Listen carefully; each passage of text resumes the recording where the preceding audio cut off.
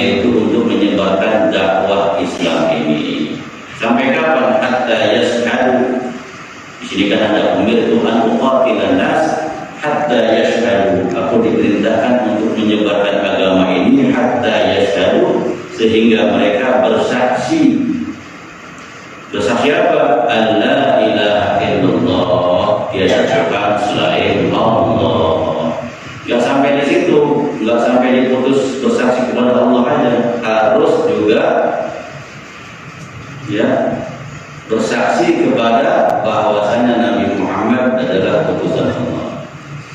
Maka berdakwah dengan kata yang lembut, hatta yashhadu, ya hatta yashhadu an la ilaha illallah, sehingga orang bersaksi bahwa tiada Tuhan selain Allah. Itu namanya kita diperintahkan untuk berdakwah. Dakwah kita juga harus lembut. Dalam ayat Quran, ud'u ila sabili rabbika bil hikmah. Jadi serulah kepada mereka, ajak orang-orang ke jalan Allah dengan apa? Bil hikmah. Bil hikmah dengan contoh-contoh wal mau'izatil hasanah, dengan contoh-contoh yang baik. Kalau apalagi kalau kita ngajaki orang untuk ke jalan yang benar, ada yang orang langsung nurut, ada orang yang langsung ikut, tapi juga ada orang yang debat. Diajakin banyak dalilnya. Nah, orang seperti ini boleh wajadilhum, boleh di debat, wajadilhum, debat mereka. Tapi billati hiya ahsan, di dalam tetap tata cara yang santun, yang lembut dan baik. Tidak boleh kita kasar. Nah, bahkan Nabi SAW tak pernah mengajarkan, nggak pernah mengajarkan lagi dalam menyebarkan agama itu bakar rumahnya, nggak pernah. Hancurkan hartanya, hancurkan semuanya, nggak pernah. Jadi nggak demikian. Malah Nabi dalam melepas peperangan Mu'tah itu kepada sahabat dikasih bimbingan dulu sahabat. Apa bimbingan yang Rasulullah kasih? Kata Rasulullah, satajiduni rijalan sawwamin. Kata Rasulullah, satajiduni rijalan sawwamin. Kalian nanti akan jumpa rijal, laki-laki di sawwamin, yaitu sawwamin itu di gereja tua. Karena waktu perang Mu'tah ini dikirim ke daerah Syria. Syria itu Syam. Nah, di Syam itu banyak Kristen Ortodok, Maronit. Sedangkan kalau di Mesir Kristen Ortodok Koptik. Nah, kata Rasulullah, kalian nanti akan jumpa laki-laki di sana, maksudnya para pendeta. La ta'ridu lahum, jangan kalian ganggu. Tuh lihat, Rasulullah ngajarin tata cara. Pakai adab, perang juga pakai adab. La ta'ridu lahum, jangan kalian ganggu mereka, karena mereka bukan objek perang, kata Rasulullah. Biarkan mereka beribadah di tempat mereka masing-masing. La taqtulu sabiyya murdiya. Jangan bunuh anak kecil yang sedang menyusui. Nggak boleh. Kalau Israel itu bunuh semua anak-anak kecil, orang-orang Palestina. Nah itu orang Islam nggak begitu, nggak diajarin untuk merusak. Wala syekhu kalian, jangan bunuh orang-orang tua kita. Pesan Rasulullah. Wala taqtulus sajaratan, dan jangan potong pepohonan. Coba lagi perang tuh diajarin supaya enggak potong. Adab tetap diajarin dalam Islam dan Quran. La takhiranna nahla. Nah, di sana banyak pohon, di Syria itu banyak pohon kurma. Jadi Rasulullah la takhiranna nahla, jangan cabut pohon-pohon kurma. Maknanya apa? Sandang pangan jangan dirusak. Kalau nanti kamu semua nyerang berperang di Syria, perang Mu'tah, nggak ketemu musuh, tapi jangan dihancurin.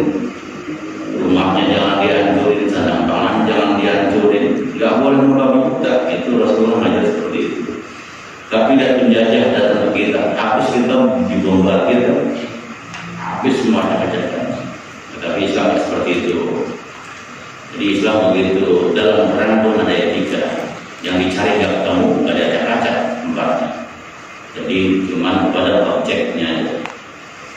Man qatala sidratan, siapa yang memotong pohon yang daunnya lebar, tempat bernaung, ada kan pohon rindang, tempat orang bernaung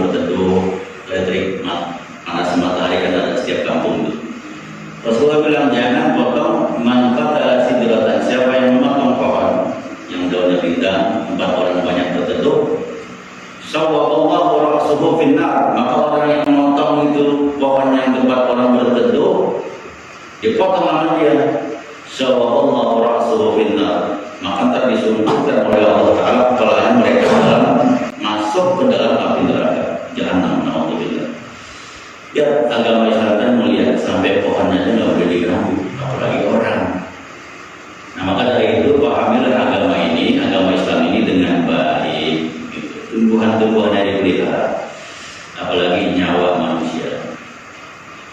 Selanjutnya, apakah setelah Nabi kita punya kekuasaan, Nabi punya kekuatan apa semena-mena? Enggak. Semena-mena dengan manusia enggak pernah. Tetap Nabi kasih sayang dengan yang lainnya. Apa pernah Nabi seumur hidup berbuat aniaya? Enggak pernah. Jadi enggak ada diajarkan dalam Islam. Bahkan lalu ketika Rasulullah menduduki kota Mekah, Fathul Mekah, itu Fathul Mekah, Rasulullah datang ribuan dengan para sahabatnya. Kan datang ke tempat Rasulullah dulu dihina, dicaci maki, bahkan Rasulullah dilempari kotoran. Rasulullah datang ke sana dengan pasukan. Apa Rasulullah bersendak? Enggak. Maka Allah beri pertolongan dengan ayat idza jaa nasrullahi wal fathu wa ra'aitan nasa yadkhuluna fi dinillahi afwaja. Maka berbondong-bondong orang masuk ke dalam agama Islam. Kenapa? Dengan suri tauladan Nabi kita Muhammad SAW.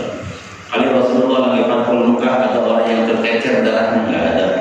Ada yang orang dianiaya nggak ada. Ada yang dipotong kupingnya nggak ada. Dipotong hidungnya nggak ada. Dibelah dadanya yang belahnya nggak ada.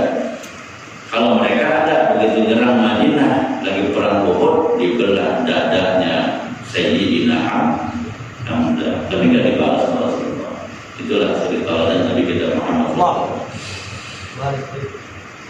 Dan juga ada dalam firman Al-Quran wa in qataluhum faqtuluhum. Nah, ini jangan dipotong bacanya. Kita bacanya faqtuluhum. Maka kalau faqtuluhum artinya bunuhlah mereka semua.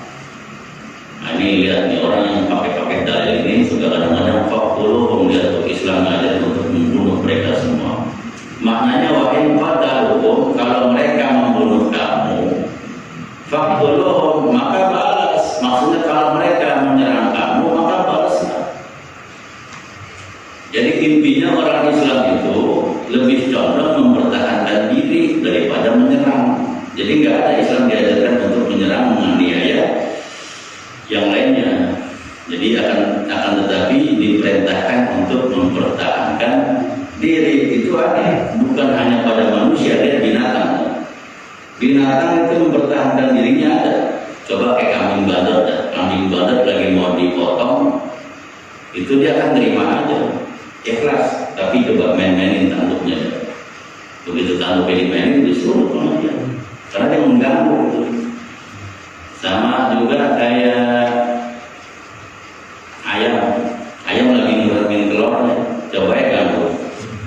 Dikira mau diambil telurnya atau dikira mau mengganggu telurnya, pasti disekarang sama dia disuruh. Semutnya digigit, yang diinjak dia gigit. Jadi itu maknanya apa? Maknanya mempertahankan diri. Maka dari kata jihad itu apa sih? Jihad itu adalah metode untuk mempertahankan diri. Jadi jangan dikatakan kalau ngomong jihad berarti teroris. Bukan. Jihad itu, maka jihad adalah sistem pertahanan diri. Maka setiap bangsa, setiap negara itu mempunyai sistem pertahanan diri masing-masing. Itu namanya jihad. Bahkan bukan manusia, hewan pun juga punya sistem pertahanan diri. Nah, jadi seperti itu. Jadi mempertahankan diri itu artinya jihad. Nah, umirtu an uqatilan nas, aku diperintahkan untuk maknanya menyebarkan Islam. Tapi ketika dalam menyebarkan Islam ini dihalangi, dimusuhi, bahkan ada yang dibunuh, maka kalau sanggup balas, gitu ya, karena mempertahankan diri. Kan nggak mungkin kita lagi dakwah atau terus diam aja. Kalau kita sanggup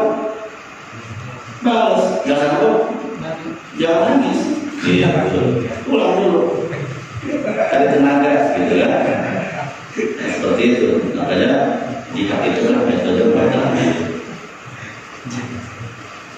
Sampai kapan kita disuruh berjuang? Sampai kata yashadu, sampai mereka mengikuti, bersaksi, patuh untuk mengatakan la ilaha illallah. Kan dulu juga pernah terjadi di wilayah kita nih. Bukannya kita ingin sejarah, bukan. Waktu, maaf ya, kerajaan dulu di sini diutuslah dari Cirebon, Muhammad Fadilah Al-Khan itu diputus untuk bebasin Sunda Kelapa. Ditulis aslim taslam, masuk Islam kau selamat ke kerajaan. Apa dipilih oleh kerajaan? Kabur perang, makanya diperangi. Jadi maknanya Islam tuh gak datang semena-mena langsung ya kan enggak. Kenapa dibebaskan Sunda Kelapa? Karena para penduduknya dulu itu teraniaya. Ini kisah sedikit, jadi supaya tahu sejarah sedikit. Selanjutnya, begitu bersaksi kepada Allah, enggak bersaksi kepada Allah saja. Karena banyak juga orang yang mengatakan aku percaya kepada Allah, tapi nggak mau mengikuti Muhammad Rasulullah. Nah ini nggak bisa. Jadi harus gandeng asyhadu an la ilaha illallah wa asyhadu anna Muhammadar Rasulullah. Apakah ada orang yang begitu? Banyak. Makanya Muhammadur Rasulullah walladzina ma'ahu asyidda'u 'alal kuffar. Nabi Muhammad adalah utusan Allah, walladzina ma'ahu, dan orang-orang yang bersama Nabi Muhammad itu para sahabat, asyidda'u 'alal kuffar, tegas. Mereka tegas terhadap orang-orang kufar. Kufar itu jamak dari kafir. Wah, ini lagi bahaya juga kita ngomong kafir. Karena banyak kata-kata yang nggak boleh nih. Jadi ada Islam, ada kafir. Sekarang nggak boleh disebut kafir, disebutnya non Muslim. Nah kita dari dulu nyebut ada jin Islam, ada jin. Jadi tadi protes sama jin. Jadi kalau kita nyebut jin kafir, boleh nyebut jin non Muslim. Ada